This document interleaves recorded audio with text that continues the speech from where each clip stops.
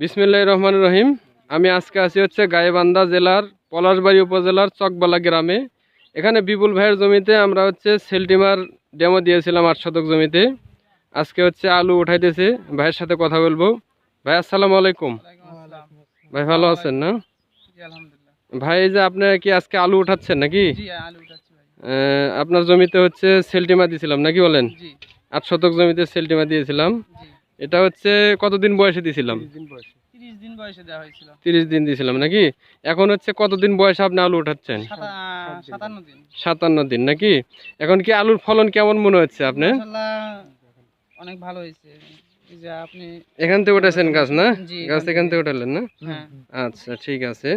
কি মনে হচ্ছে আলুর হলো কালার কেমন হচ্ছে? আলুর কালারও ভালো হয়েছে, আলুতে স্পট নয়, আবার আলুর ঝোলটাও একটু আলুর সাইজ গুলো কি বড় বড় হয়েছে না ছোট হয়েছে দেখেন তো? আপনার প্রায় ম্যাক্সিমাম সব বড়। এক গাছে কতগুলো আলু হবে ভাই? এই 10টা 12টা। এই যে একটু গোনেন তো দেখেন তো কতগুলো আলু আছে?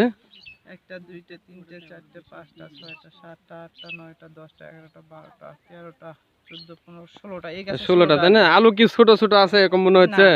সবগুলো কিন্তু প্রায় সমাকৃতি তাই না? এটা হচ্ছে আগাম জাতের আলু নাকি?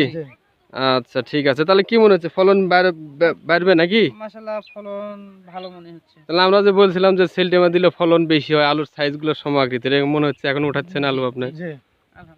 আচ্ছা ঠিক আছে। তাহলে কি আমাদের সেলটিমা কি ব্যবহার করা যাবে? আচ্ছা ঠিক আছে, ধন্যবাদ। সেলটিমা ব্যবহার করবেন এবং হচ্ছে অন্যকে পরামর্শ দিবেন, অন্যান্য যারা কৃষক আছে, যে সেলটিমা দিলে আমাদের ফলনটা বাড়ে। ঠিক আছে?